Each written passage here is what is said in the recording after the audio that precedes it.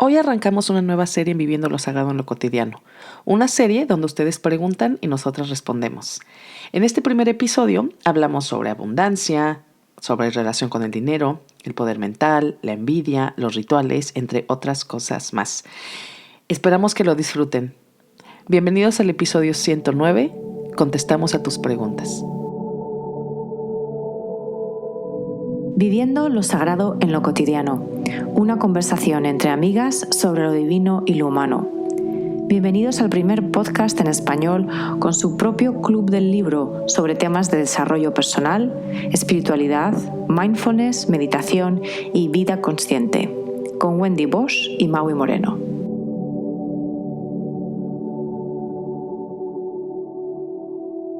Hola, soy Maui y te cuento mis novedades de la semana, que es que estoy encantada de que mi curso Cuídate, 21 días de prácticas para crear con menos estrés ya está disponible en mi página web, que es www.mauimoreno.com/Cuídate. Es un curso de 24 días en audio que explora el tema del autocuidado para madres, sobre todo de hijos diferentes, y la verdad es que exploramos toda una serie de prácticas y sobre todo también exploramos todo el tema de la culpa, del egoísmo, de cómo priorizar el autocuidado en nuestras vidas. Así que si te interesa, tienes toda la información en mi página. Hola, yo soy Wendy y mi novedad es que hoy cumplo 39 años. ¡Ey! ¡Felicidades, amiga! ¡Ey! Bueno, y por ser mi cumpleaños 39, les tengo una promoción increíble, que es que todos mis cursos, todos mis productos tienen un 39% de descuento, pero nada más hasta el miércoles 17 de julio a las 11:59 de la noche, horario de la Ciudad de México.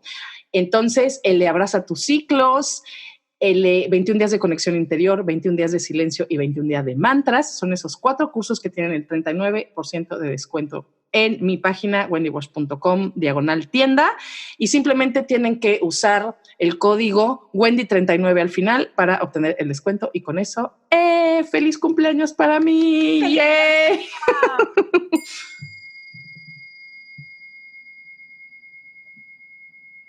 Hola, querida comunidad. Bienvenidos a un nuevo episodio de Viviendo lo Sagrado en lo Cotidiano. Yo soy Maui Moreno. Y yo soy Wendy Bosch.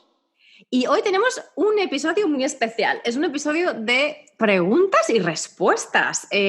Por petición popular, la verdad es que al cabo de las semanas nos llegan preguntas de muchas personas que nos escuchan semanalmente, regularmente, y estamos encantadas de que esto sea así. Entonces nos estuvimos hablando y dijimos, ¿qué podemos hacer? Vamos a hacer un episodio regular sobre preguntas y respuestas.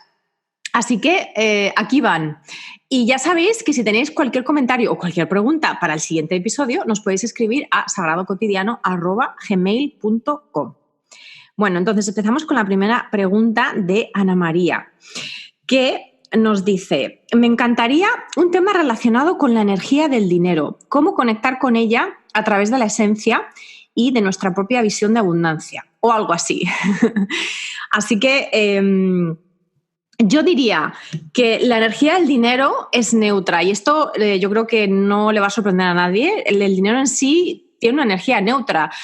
El dinero es como un contenedor, entonces tiene la energía que nosotros le damos. Entonces, para mí, a nivel de sanar la relación con el dinero concretamente, y esto es un tema de lo que hablamos brevemente en la entrevista que le hicimos a María José Flaque, que es el episodio 98, pero sí que es un tema que seguramente podríamos explorar en un episodio únicamente dedicado a esto.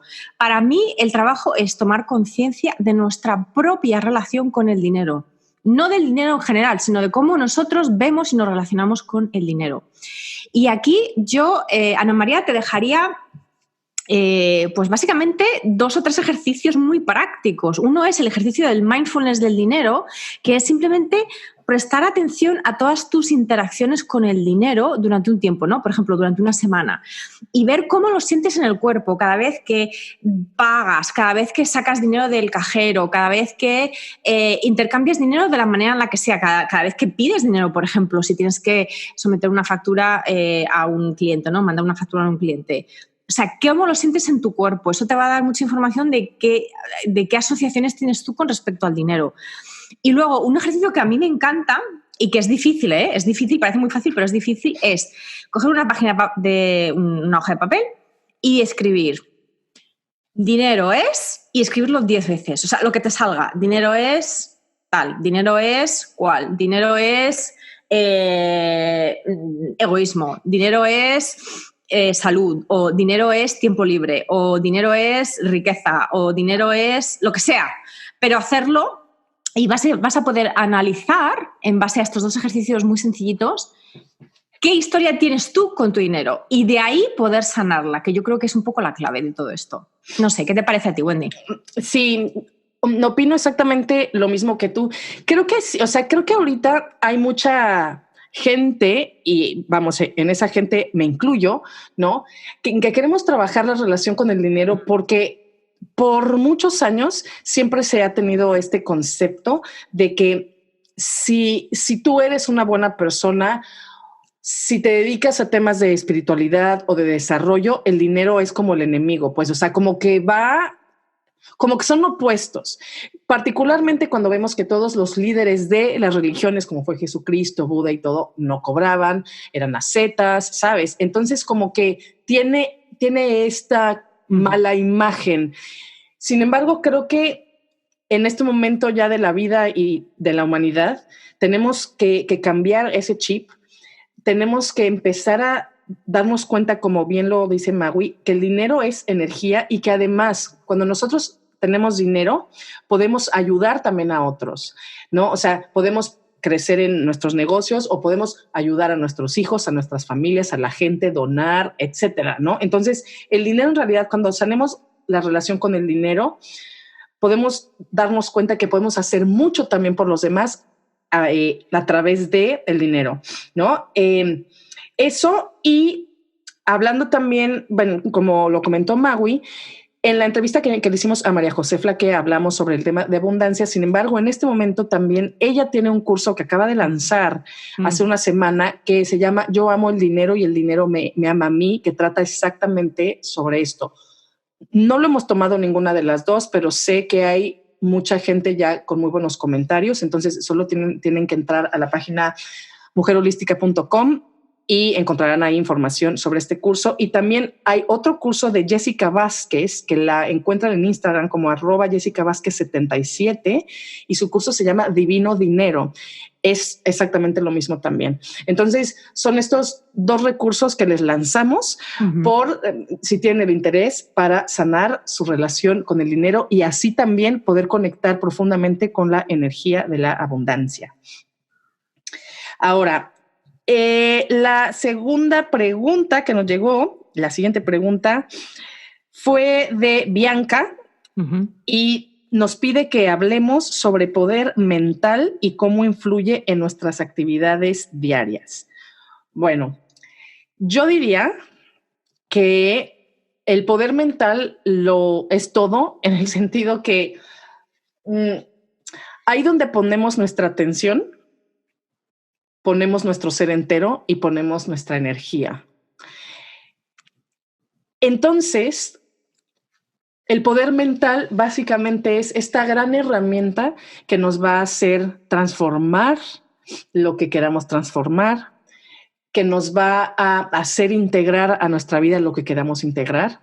Por ejemplo, si queremos, es que da igual, o sea, podemos querer leer más o meditar más, o goles como hacer ejercicio o como comer mejor o como bajar de peso o como tener más, o sea, lo que sea. Sí, creo que el elemento más importante es el poder mental, en el sentido que es nuestra propia voz convenciéndonos de hacer el trabajo que tenemos que hacer, o nuestra voz interna saboteándonos para no hacer lo que queremos hacer.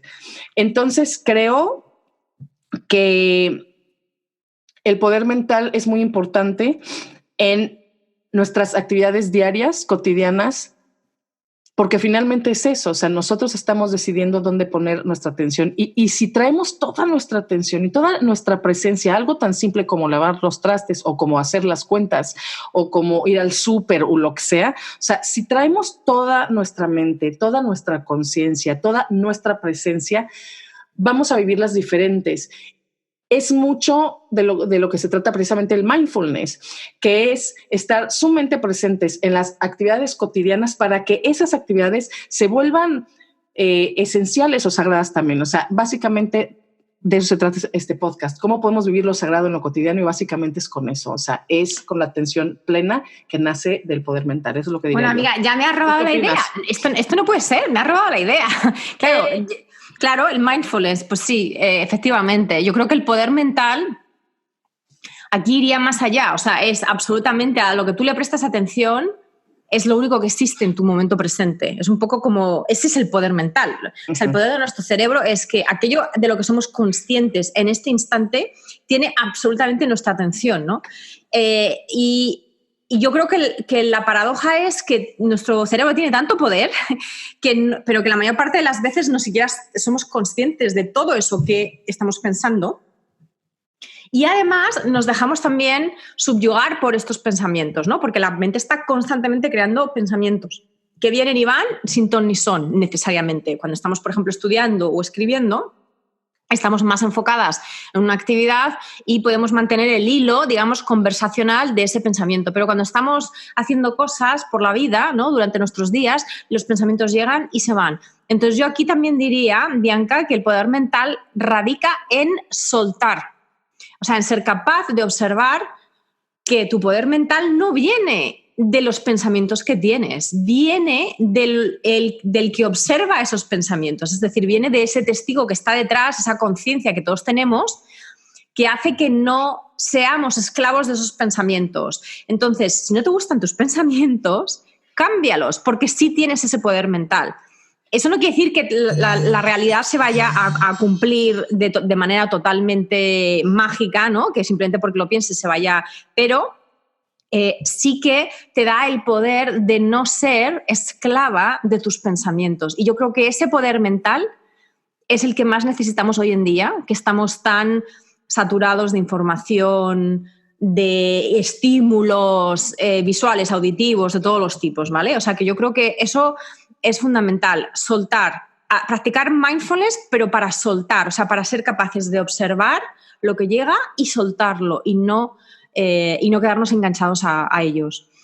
La siguiente pregunta es una pregunta muy interesante de Betty, que nos pregunta, ¿qué es la envidia? Y cómo saber cuando una persona es envidiosa. Y aquí, esto es un tema interesante, que lo mismo tal vez deberíamos hacer un episodio al respecto. La envidia para mí es querer lo que el otro tiene y que nosotros pensamos que no tenemos. Y aquí está la clave, que lo pensamos. Me acabas de robar la idea ahora tú. O sea, yo creo que la gente piensa que la envidia es mala. Y yo diría que no. La envidia tiene una parte negativa y una parte positiva, como todo en la vida, como todas las emociones y como todos los pensamientos. Y la parte positiva de la envidia es que es la semilla del deseo y de la intención. Porque si lo ves en el otro, es porque lo tienes tú también. O tienes la semilla de eso que quieres en el otro. Es decir, reconoces, y reconocer es volver a conocer. Si tú tienes envidia de que tu prima tiene una pareja fantástica, por ejemplo, tiene un esposo magnífico, o sea, la parte positiva de eso es que tú quieres tener un esposo magnífico o una pareja magnífica, ¿ok? Y eso es positivo, porque eso te da muchísima fuerza. Eso es una semilla, eso es una intención que tú después puedes trabajar para materializar. O tal vez, si ya estás casada, trabajar tu relación para mejorarla. Entonces, esa es la parte positiva, la parte que manifiesta. La parte negativa es cuando utilizas a la envidia como arma. ¿Como arma contra quién? Contra ti misma. Es que es como el perdón, es como... cuando nosotros no perdonamos, no es que no perdonemos a los demás, es que nos estamos comiendo el veneno del resentimiento nosotros mismos, ¿ok? La envidia es lo mismo. La envidia tú la tienes hacia la otra persona, o sea, lo proyectas hacia afuera, pero en realidad como mecanismo de defensa es tuyo. Entonces, solamente es negativa si la usas como arma contra ti misma precisamente para procrastinar, para quejarte, para volverte víctima, para decir yo no puedo o yo no soy capaz de conseguir, por ejemplo, un marido como ese, ¿no? Volviendo a ese ejemplo. Entonces, la parte negativa es si la utilizas como arma para no salir y conseguir tus sueños o para no manifestar la semilla de ese deseo que tú tienes y que te ha despertado la envidia. Opino exactamente lo mismo, ¿no? Lo único que agregaría es eso, es claro, o sea, sentimos envidia cuando deseamos algo que tiene el otro y que creemos que nosotros no tenemos. Entonces, de manera práctica, literalmente yo te diría, primero, enfócate, o sea, mira lo que sí tienes. Uno, ¿no? Porque la envidia, como bien lo comentaba Maui, puede tener una fuerza y unos regalos maravillosos, ¿no? Como es esta intención y dirección de tus acciones para obtener eso que deseas, o sea, que está muy, muy, muy bien. Pero también puede ser una emoción muy, muy negativa en el sentido que uno más bien enfoque la atención en las propias carencias, en las ausencias y que no prestemos atención a todas las bendiciones que sí tenemos, a todos los regalos que sí tenemos. Entonces es muy, muy importante uno aceptar esta energía y saber trabajar con ella para precisamente eso, para convertirla en un trampolín que nos ayude a alcanzar lo que deseamos, a crear la vida que queremos vivir, ¿no? A llegar a nuestros goles, metas, etcétera, y eso, y no que sea como el pretexto perfecto para quedarnos en la oscuridad viendo lo que carecemos. Entonces, punto número 1, mira lo que sí tienes. Enfócate en las bendiciones que sí tienes. 2, conecta contigo y descubre por qué estás deseando tanto eso que tiene el otro que te está causando envidia. ¿Por qué? O sea, ¿qué hay detrás de tu envidia? ¿Por qué deseas tanto eso, sea lo que sea? El coche, el viaje, la pareja, ¿no? ¿Qué? O sea, ¿por qué? ¿Qué hay en tu vida que necesitas transformar y que entonces el otro funciona como espejo para dirigir tu mirada ahí a, ok, hay cosas en mí que quiero transformar? 3, ¿cómo se siente la envidia en ti, en tu cuerpo? Pues, ¿no? ¿Cómo la sientes?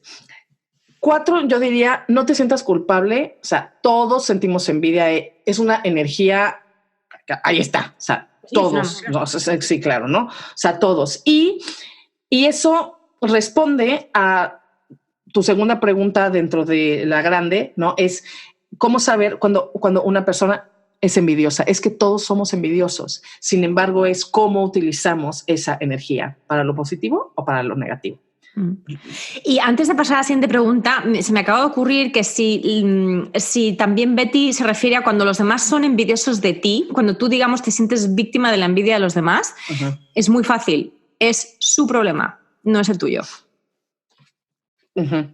Sí, exacto. No, o sea, tú no eres responsable de las emociones de los demás. Exacto, punto. No, exacto. Entonces, esa es una respuesta súper concisa y potente, pero es así. Tú no eres responsable de las emociones de los demás. Eso es su problema, digamos, su tema que trabajar con ellos mismos.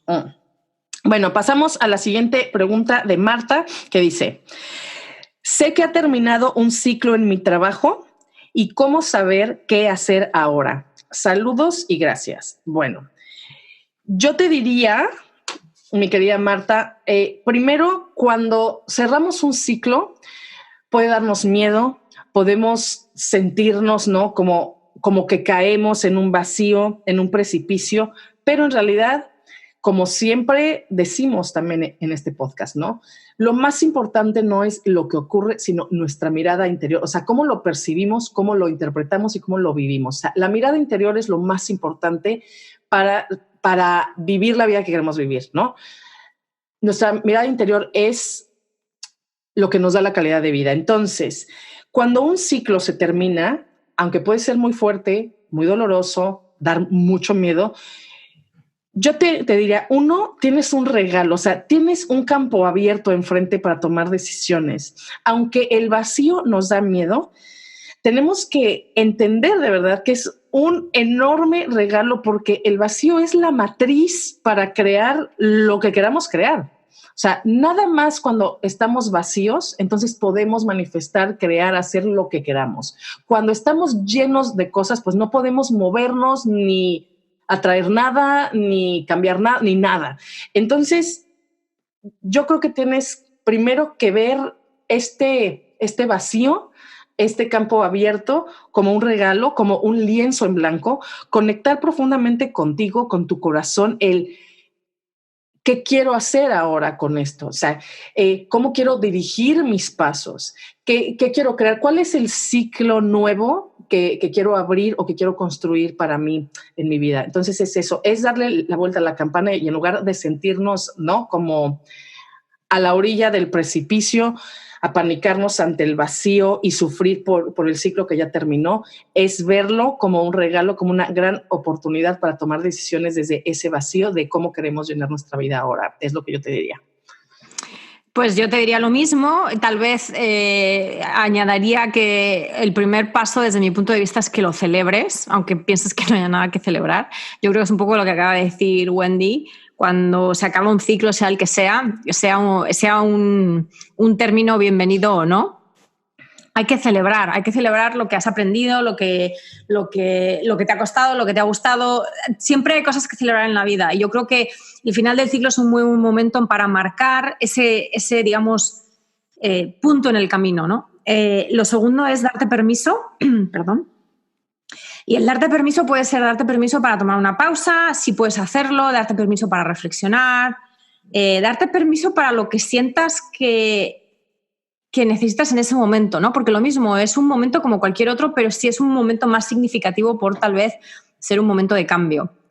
Y lo último, que también lo ha dicho Wendy con otras palabras, es eso, es una oportunidad de examinar tu camino, de lo que te queda por delante, ¿no? Que no lo podemos ver y que tampoco necesariamente tenemos que planearlo todo, por supuesto que no, pero tal vez esta parada en el camino te da la oportunidad de, pues, examinar cosas como tus valores y tus creencias, ¿no? Que yo creo que es muy, muy importante. Esto es tal vez un poco más psicológico, menos espiritual, pero es un buen momento para replantearse cosas en general en la vida, y sobre todo a nivel profesional. Así que la verdad es que es muy buen momento, pues eso, para hacer una pausa, un alto en el camino. La siguiente pregunta es de Tani, y nos dice, ¿cuáles fueron los episodios de más oscuridad en su vida, su duración y cómo los superaron? Bueno, pues muchas gracias, Tani, por hacernos esta pregunta, porque la verdad es que es en los episodios oscuros donde realmente nos podemos transformar y crecer como personas, ¿no? Como seres espirituales en un cuerpo, con unas circunstancias que en muchos casos pues, no son favorables. En mi caso, los 2 episodios más oscuros de mi vida han sido cuando tuve problemas de fertilidad y después cuando diagnosticaron a mi hijo con autismo. En el primer caso nos duró como 4 años y de hecho Adrián fue concebido de manera natural, pero después de habernos hecho una serie de fertilizaciones in vitro que fueron fallidas, en fin, todo esto además viviendo en África. Entonces fueron años de mucha angustia, sobre todo yo diría que la palabra fue angustia, pero también fueron años de mucho crecimiento. Ahí es donde yo empecé realmente a hacer yoga con regularidad, y ahí es donde empecé a meditar y a interesarme por el mindfulness, que es lo que yo considero que me ha cambiado la vida a nivel psicológico, a nivel de cómo yo me hablo a mí misma. Porque yo era una persona súper, súper estricta conmigo, muy perfeccionista, muy autoexigente, y eso me lo cambió radicalmente. El segundo episodio es el tema del autismo de mi hijo, que la verdad no me duró tanto. Yo diría que me duró unos meses. O sea, como episodio es un episodio que no se acaba, ¿me entiendes? Sigue, o sea, por supuesto que sigue. Pero digamos que su punto más oscuro fueron unos meses en torno al tema de su diagnóstico. Y ahí realmente el mindfulness es lo que me salvó, es el poder conectar. Tuvimos la suerte de que que, bueno, Adrián es un niño que siempre ha sido muy sonriente, muy sociable, muy cariñoso, muy, muy, muy cariñoso, de mucho abrazo, y era pequeñito, y entonces yo los momentos de mayor paz en esos meses eran en los brazos de mi hijo. O sea, abrazaba a mi hijo sonriendo y estando pendiente simplemente de él y de sus cosas y de cómo él estaba. O sea, estaba totalmente presente con él. No siempre, por supuesto, pero en esos momentos en los que conseguía estar presente 100% con él, eran momentos de mucha paz, de muchísima paz interior. Entonces yo creo que estos dos puntos bajos en mi vida han estado básicamente unidos por la exploración de mi esencia y el poder conectar con esa esencia. Y en mi caso, los dos momentos más oscuros de mi vida, yo diría que fueron, primero, cuando dejé mi país. Cuando salí de México yo tenía 28 años y entonces fue muy difícil. El primer año particularmente, vivía en Londres y sé que en papel, ¿no? Se oye increíble, ¿no? Mi vida, me vine a vivir a Londres, una ciudad espectacular con el hombre que amaba, ¿no? O sea, suena muy bien, pero en realidad fue muy difícil porque tuve que enfrentarme no solo con extrañar profundamente a mi familia, a mis amigos, a mi México, mi comida, todo, mi clima, mi todo, ¿no? Más bien fue este enfrentamiento conmigo misma de preguntarme constantemente quién soy cuando no tengo todo eso que ya conozco, cuando no tengo esa red, esa zona de confort que es mi país, mi idioma, mi clima, mis papás, mis amigos, mi trabajo, mi familia. O sea, enfrentarme a quién es Wendy sin todas estas etiquetas, sin esta zona de confort, fue difícil. Me duró quizá un año. Sin embargo, creo que ha sido de lo mejor que me ha pasado en la vida porque pude descubrir de verdad quién soy yo sin todo esto que siempre me cobijó, por llamar así. Y también porque creo que ahora todas mis relaciones con amigos, familia, mi país y todo es mucho más real, ¿no? Con todo desde cuando pude descubrir en realidad quién era. Y lo segundo tiene que ver, o sea, de manera como global, mi maternidad, los primeros 3 años, pero obviamente particularmente el primer año, fue muy difícil. O sea, creo que en lo personal no se me facilitó la maternidad por muchas y variadas razones que no vienen al caso en este momento, ¿no? Pero fue un proceso difícil que empezó desde el de verdad ser muy, muy consciente que la Wendy que yo había conocido hasta el momento se había terminado y la vida que yo había llevado hasta ese momento se había terminado. No quiere decir que hoy no soy muy feliz porque lo soy. O sea, de verdad pude empezar a disfrutar plenamente mi maternidad hasta hace un año y medio más o menos, y la vivo profundamente. Y hoy me gusta más la mujer que soy hoy y me encanta la vida que tengo hoy, pero el proceso de decirle adiós a la Wendy que era, a mi tiempo, a mi soledad, a mi relación única con mi marido, a tantos viajes, a tiempo libre, todo eso fue rudo. Y también porque, o sea, cambiamos de países varias veces, de vivir, etc. Fue como muy caótico. Pues entonces creo que ha sido. Y bueno, la manera en que pude salir de las dos situaciones, definitivamente todo puedo englobarlo en una conexión muy profunda y muy, muy práctica con la esencia divina, que lo hice a través de muchas cosas. Medité, por supuesto, pero particularmente, o sea, el escribir en mi diario me ayudó muchísimo como a poner orden, a poder sacar todo, a encontrar respuestas.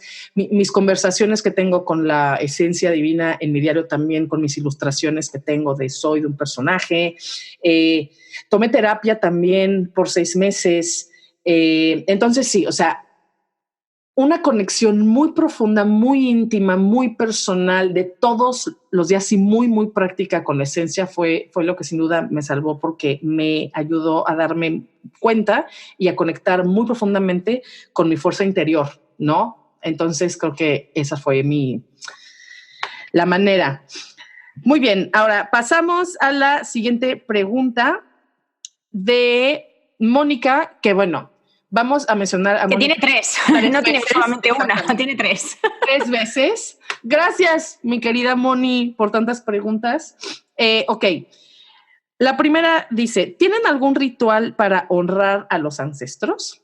Esto salió porque yo llevo trabajando con los chakras y entonces he estado compartiendo mucho en mis redes sobre el chakra raíz en particular, que es el que estuve explorando en esta semana, y entonces tiene que ver con los ancestros, el cuerpo, etcétera. Entonces, ok, los rituales que yo he estado haciendo ahorita, por supuesto, es la meditación visualizada, ¿no? O sea, el visualizar a tus ancestros, a tu cadena familiar, rodeándote, dándote su fuerza, su presencia, ¿no? O sea, comprender que las decisiones de cada uno de ellos hicieron que tú estés aquí en este segundo, ¿no? Entonces, cuando eres consciente que de verdad, aunque no conozcas a esas cientos de personas atrás, cada decisión que tomaron formaron nuestro camino hasta este segundo, ¿no? Entonces, simplemente el ser consciente y el tener un momentito para agradecer a todos esos eslabones, a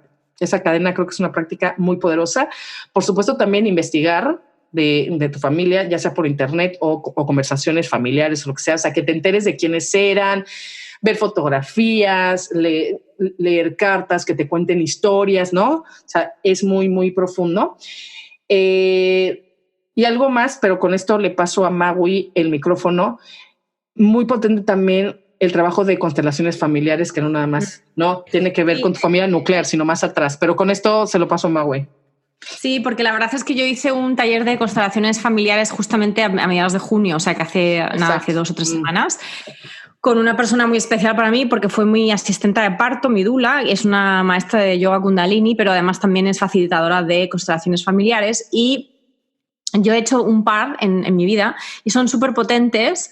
Es una forma de terapia sistémica en la que básicamente tú estás, digamos, sanando ciertas historias tuyas, ¿no? Cierto bagaje tuyo, que es tuyo porque viene heredado, o sea, es tuyo porque viene de detrás, viene precisamente de los ancestros. Entonces, esta terapia lo que intenta es digamos, solucionar, entre comillas, ese problema, pero no solamente en base a tu vida, en base a ti como individuo, sino mirando también todos los patrones que has heredado de tu familia. Y a veces llegas a bastantes generaciones atrás. No tienes por qué conocerlos, o sea, de nombre, ¿no? Es un tema más simbólico y más energético.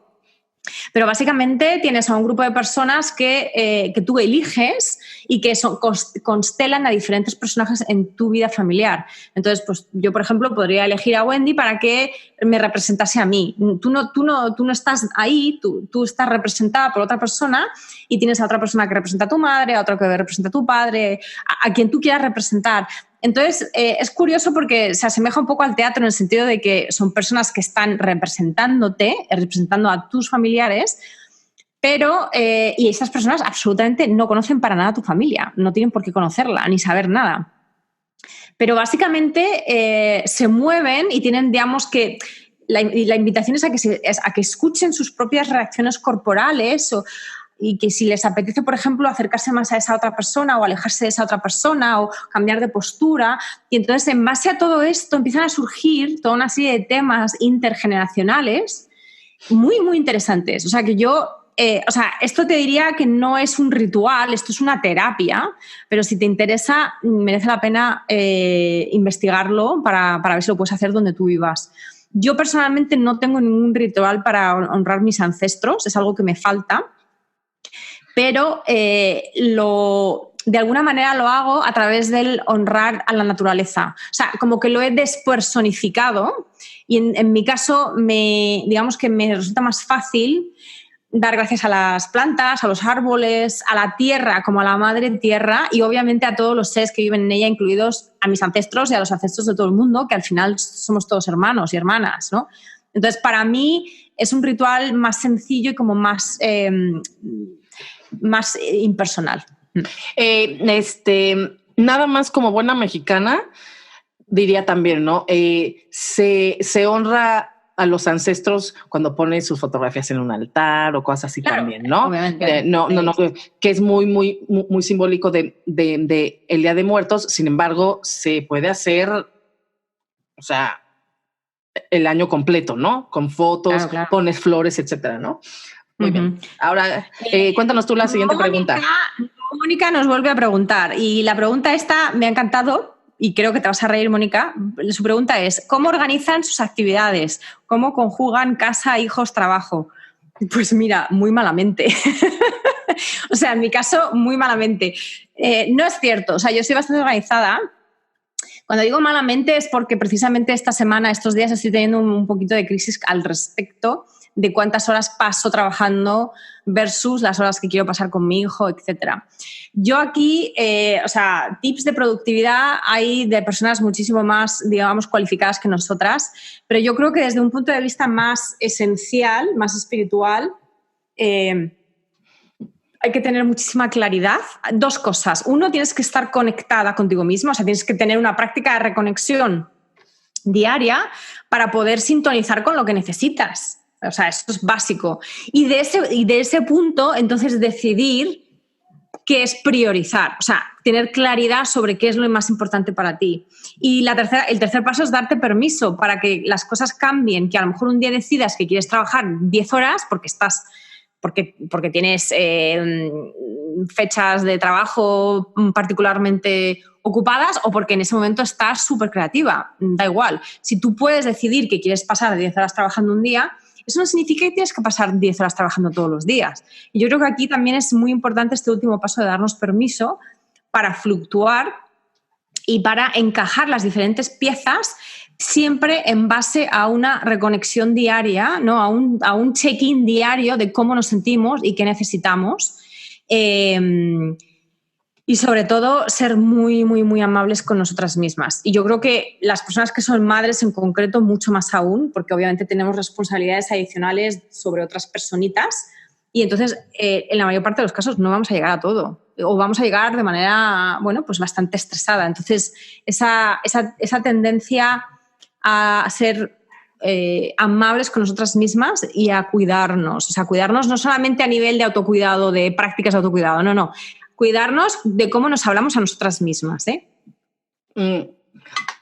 Yo diría, yo siento que lo he llevado bastante bien, pues que he logrado organizarme bastante bien sin vivir con mucho estrés, aunque por supuesto tengo días estresados y momentos estresados, principalmente, por ejemplo, cuando va a salir un curso nuevo, ¿no? Y entonces se tiene que preparar muchas cosas para poder hacerlo, etcétera, ¿no? Pero creo que personalmente lo llevo muy bien y lo que hago, varias cositas. Lo primero es que cambié mis hábitos y me levanto mucho más temprano. Yo siempre fui una persona que mucho más creativa de noche, pero obviamente cuando me volví mamá, pues bueno, eso cambia. Y por los primeros años me despertaba cuando se despertaba mi hija. Y pues yo creo que ya llevo casi un año que tomé la decisión de despertarme más o menos, o sea, al menos una hora antes de que ella despierta, de preferencia a veces 2 o 3 horas antes. Esto implica que muchas veces me despierto 5:30, 6 de la mañana. Vamos, porque mi hija hasta agosto, ¿no?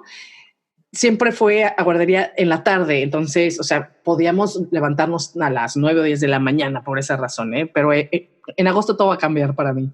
Pero bueno, entonces, al levantarme temprano, sí muchas veces trabajaba, pero la mayoría de las veces son esas 2 horas que son para mí, para hacer algo que me guste mucho. Entonces, hay días en donde sí, no, como mucha práctica, medito, escribo en mi diario, hago yoga, ¿no? Hay veces que me salgo a caminar, hay veces que me pongo a colorear, hay veces que veo por ejemplo, cuando fue la temporada final de Game of Thrones, me levantaba a las 6 de la mañana para ver el episodio a las 6 de la mañana. O sea, ¿no? Entonces me doy algo que me causa placer y no necesariamente siempre es una práctica espiritual, ¿no? O sea, en ese momento en la mañana, y a veces trabajo también en las mañanas, o sea, a esa hora, a las 6 de la mañana. 2, tengo muy, muy ubicado que los lunes es día de mi casa, no trabajo, y entonces en el momento en que yo regreso de dejar a mi hija, vamos, en la escuela que está 4 horas y media ahí, es día de mi casa. Entonces cocino para toda la semana, arreglo la casa ahora, y lo que pase de martes a domingo me da igual. O sea, ya no le doy tanta atención a la casa. O sea, los lunes cocino prácticamente todo y siempre el mero día voy haciendo lo que no se puede hacer por adelantado, ¿no? Como una ensalada, freír o cosas así, ¿no? Eso me abre la posibilidad que 4 días a la semana puedo trabajar o ver amigos, lo que sea. 3, en lo particular, mi trabajo es mi práctica esencial, es mi práctica espiritual, porque en realidad, como todo el tiempo estoy creando y compartiendo cosas que amo y me apasionan, entonces es mi práctica también. Entonces, cuando yo estoy generando contenido y compartiendo, la mayoría de las veces es como meditación para mí también, o sea, es mi práctica espiritual. Y por último, la verdad es que tengo que agradecerle muchísimo a mi esposo porque es un apoyo increíble. O sea, increíble para mí al vivir lejos. Por supuesto que no tenemos apoyo de nadie, o sea, que no tenemos familia, que no tenemos babysitters, o sea, nada de eso. Entonces, sí, vamos, él es increíble cuando llega de trabajar. Él se encarga de mi hija al menos 2 horas, juegan, la baña, etcétera, ¿no? Entonces es tiempo también para mí en donde yo puedo tomar la decisión de, o sea, casi siempre estoy con ellos, pero a lo mejor un día tengo que seguir trabajando, o a lo mejor un día quiero salir a caminar o con mis amigas y todo y lo hago, ¿no? Entonces creo que eso, o sea, el apoyo de él, más todo esto práctica, generarme cosas de placer nada más y así todo eso hace que sienta que vivo, pues sí, como, vamos, que pueda con todos los roles que tengo, ¿no? El de mamá, esposa, etcétera. Bueno, y yo también quiero, por si acaso algún día lo escucha, aunque no lo creo porque él tampoco entiende mucho español, pero también quiero agradecer a mi marido aquí que quede constancia de que él también me ayuda mucho, porque es verdad que Wendy y yo estamos en la misma situación, no vivimos cerca de familia, entonces yo creo que el tema de la pareja es importante cuando... Pues sí. Sí. Y bueno, por último, la última pregunta también de Mónica es, ¿qué opinan sobre el libro de El Secreto? Que bueno, quienes no conozcan el libro, fue un bestseller y fue como un boom internacional hace ya varios años, no sé cuántos, quizá 15 años o por ahí, ¿no? Fue el libro que inició toda esta ola sobre la ley de la atracción y el poder de manifestación y todo esto. Ok, personalmente, visualmente, pues es un libro muy bonito.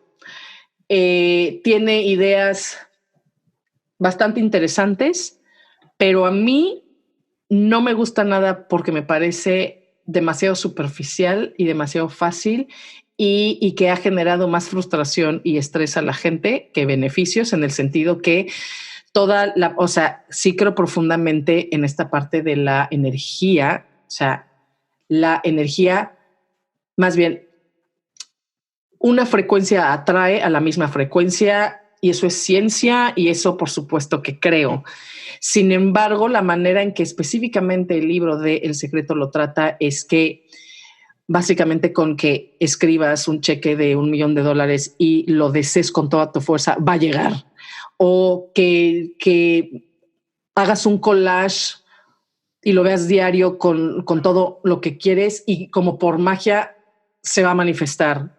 En eso, o sea, me parece muy, muy superficial, muy nocivo, porque sí creo, por supuesto, que es muy importante tu energía, tu poder mental, tu atención, tu frecuencia. Creo profundamente en eso, pero también creo profundamente en que tienes que hacer el trabajo para manifestar o traer a tu vida lo que quieres y que no es simplemente con que pongas $1 millón en un cheque en blanco o hagas un vision board y ya con eso ya solucionaste todo. No, o sea, se tiene que hacer el trabajo y particularmente también creo mucho en el que el manifestar en realidad no se tiene que entender como una manera de manipular al universo, ¿no? O sea, si con pensamientos positivos voy a manipular a todo el cosmos y a Dios mismo, ¿sabes? Para que me llegue el dinero hacia borbotones. No, o sea, creo más bien que para manifestar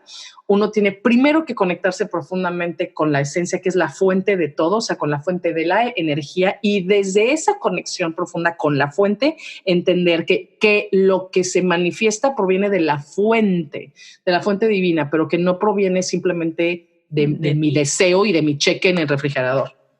Es lo que yo diría.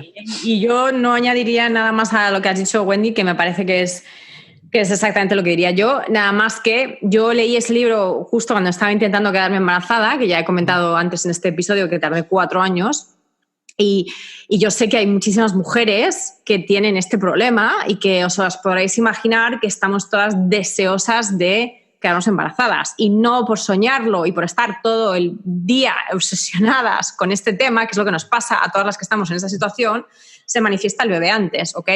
Yo creo que aquí lo importante, aparte de todo lo que acaba de decir Wendy, es que el poder de manifestar sería ideal cuando no tuviésemos ego, cuando no tuviésemos sombra, cuando no tuviésemos todo este material psicológico, todos estos autobloqueos, autosabotajes que tenemos dentro de nosotros. Si fuésemos máquinas perfectas o seres perfectos de energía pura, pues seguramente que el secreto no sería un secreto, sería la manera, básicamente es la manera en la que opera la física. ¿No? O sea, es así, es la energía, o sea, pero somos seres contradictorios, tenemos historias personales, tenemos cargas emocionales, tenemos patrones mentales repetitivos, tenemos rumiaciones, tenemos trauma psicológico, o sea, tenemos muchas cosas que hacen que nosotros como antenas estemos muy sucias. Entonces, esto no funciona a la mayor parte de la gente. Primero, por lo que acaba de decir Wendy, porque no se trata de que tú como antena vayas a manipular al universo entero. Y segundo, porque tú como antena estás muy sucia. O sea, tú no puedes emitir, no puedes manifestar porque no emites con claridad. Tienes mucho trabajo interior que hacer primero para poder llegar a ese nivel de manifestación. O sea, eso sería lo único que yo diría.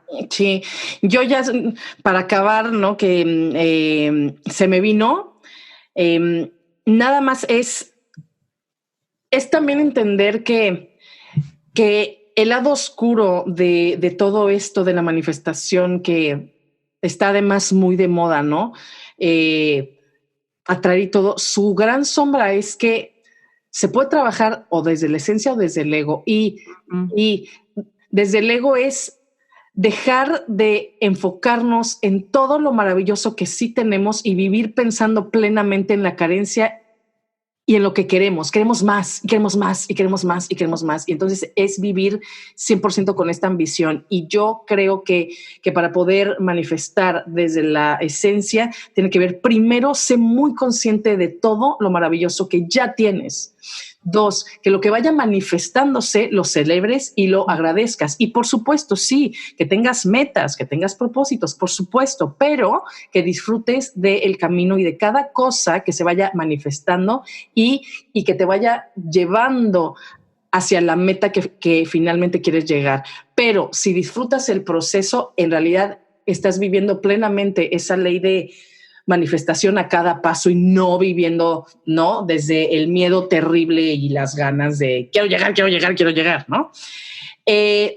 Y pues con eso hemos terminado el episodio de hoy. Con un bizcocho volvemos mañana a las 8. No, volvemos, de hecho no volvemos hasta dentro de 2 semanas, hasta el 5 de agosto, que es cuando, porque nos vamos a tomar un par de semanitas de vacaciones.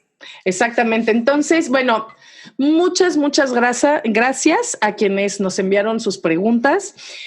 Ya pensamos que va a ser algo recurrente, o sea, que queremos cerrar cada temporada del podcast con esto, ¿no? Con preguntas de ustedes, así que siempre pueden mandarlas desde ahorita, o sea, tienen cuando ustedes quieran, tanto en el grupo privado de Facebook, en la cuenta de Instagram y por supuesto también por mail en sagradocotidiano@gmail.com. Y pues con esto nos despedimos. Muchísimas gracias, que tengan unas preciosas 2 semanas. Nos escuchamos pronto y simplemente les recuerdo que el libro que estamos leyendo en julio es el de Mañanas Milagrosas de Hal Elrod. Y con eso, ¡feliz cumpleaños para mí otra vez! ¡Yay! ¡Felicidades, Wendy! ¡Que cumplas muchos más! ¡Yay! Que tengas un precioso, amiga. Gracias, amiga. Muchas gracias. Querida comunidad, muchas gracias. Les mandamos un beso, un abrazo muy fuerte. Nos escuchamos prontito. Que tengan unas hermosas vacaciones de 2 semanas. Hasta pronto. Bye. Bye.